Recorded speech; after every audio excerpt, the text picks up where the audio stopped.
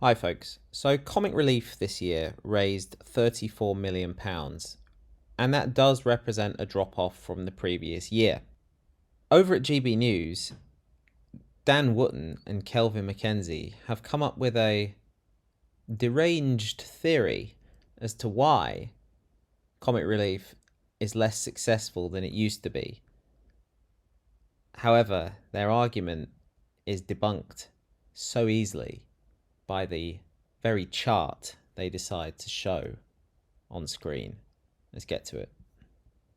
The BBC's annual Comic Relief fundraiser raised £34 million last week. And while you might say that's an impressive haul, critics rightfully highlighting that it actually represents yet another significant drop in donations. So the TV fundraiser hit an all-time high in 2011 with nearly £109 million raised. But since then, there's been a steady decline, thanks in large part to Labour loudmouth David Lammy.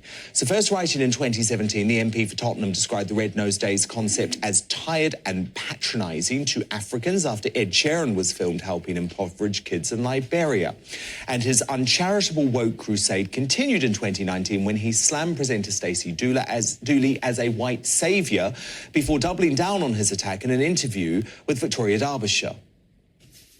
Evokes for lots and lots of ethnic minorities in Britain a colonial image, a white, beautiful heroine holding a black child with no agency, no parents in sight, finger in the mouth. Actually, if I had my children posing, I'd never have them with a finger in the mouth, completely supine. And I'm afraid it perpetuates an image. So it's not that the charity isn't good, but Comic Relief is doing very little to educate. Well, congratulations, Mr. Lammy.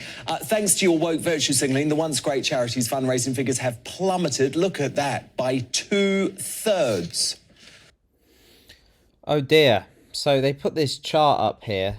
I have some advice for the good folk at GB News. If you are going to attempt to deceive your audience, I'd only show the part of the graph which is relevant to the deception. If you're gonna show the entire picture, in this case, from when the Conservative government took over, and show the decline in donations from that point, you're going to have a problem because people like me are going to leap all over it.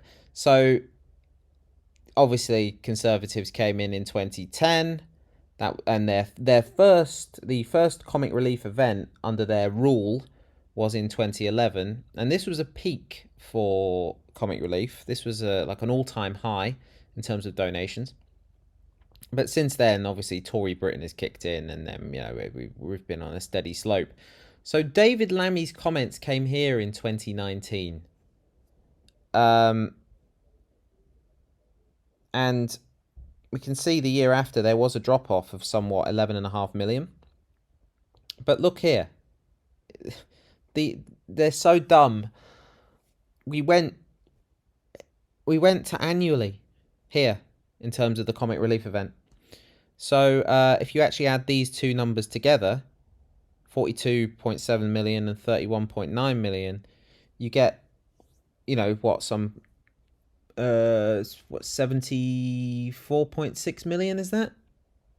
So this is actually an increase on this year of about 24.5 million. So there's the narrative dead in the water already. Add these two together, it's higher than here. Add these two together, it's higher than here. Done. Over. But now we've debunked it, and basically this is just Tory rot here. This is what happens. You turn poor people against each other, and people become less charitable. We know this. This is their aim. But now that we have completely debunked the argument of GB News, Dan Wootton, we're just going to listen to Kelvin MacKenzie unravel, because now we know he's talking absolute shit. Fleet Street legend Kelvin MacKenzie joins me now. Kelvin, it really does feel like David Lammy's woke intervention has killed off a brilliant charity fundraiser. Well done to him. Right. Okay, well, so there are two significant aspects to this. First of all, now we don't have white saviors, right? It was a good piece of television. Nobody was thinking that a skint country could go to, i.e., the United Kingdom, can go overseas anymore and offer any money to anybody. We haven't got any money to offer anybody. You know, it's got nothing to do with that. So it was kind of racism on his part. But secondly, the issue now is that the films they do make are about skint Leeds, skint Preston, skint Addleston, skint Southampton. So all that's happened is that we've shown how poor we are. Well, we know. Right, so the problem is, again, staring them in the face. Things are so bad here that we've drifted away from overseas aid, giving to overseas. That was the whole premise of comic relief. And things have got so shit in this country that domestic problems are so overwhelming because of financial problems that the films are based here. It's nothing to do with David Lammy. It's Tory Britain. It's the decline of everything. Everything we hold dear. And as a result, of course, people have less money to give because they're poorer. It's a vicious cycle. Know how poor we are, therefore people don't give any money. So they didn't like it. Why should you feel bad about giving money which is going to go to a decent home for somebody in another country? By the way, Kelvin MacKenzie, I'm almost certain before, has argued against overseas aid. Because I guess that comes from the taxpayer. But I don't feel bad that overseas aid comes out of the treasury. But he would make me feel bad for it. But a personal, private donation, one that you make from your own pocket, is apparently much more acceptable to him.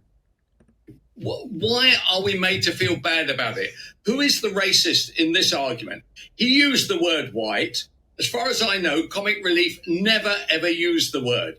Yeah, obviously the images were black because obviously they were raising money for people who are poverty-stricken. 9 of the 10 poorest countries on earth are in Africa. So why wouldn't you want to go from a wealthy country and raise some money and send it to a poorer country? What on earth is wrong with that? I'll tell you what's wrong with it. It's in Lammy's mind. Lammy's no fool. He's playing the race card in order to shore up, I suspect, the Labour Party in some kind of argument that white people vote Tory, but black people should vote Labour. It is completely unacceptable. So what's the effect? Is Comic Relief is going to die. Now, look, I agree. It was one of the arguments, right? So I was the first person to write about this. Okay, apart from you, Dan, nobody has shown the slightest interest. Yeah. Because it's nonsense. It's not true. It's so easily debunked. Lies. It's a pack of lies.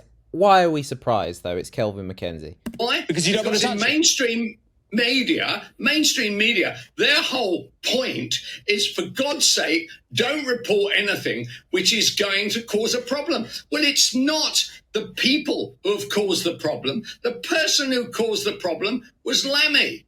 I know that they're too terrified to cover this story. You know why. But what has happened, Kelvin, as a direct result of Lammy's attack on Stacey Dooley, because I agree with everything you've said, but the other thing that's happened is that A-list celebrities run a mile now.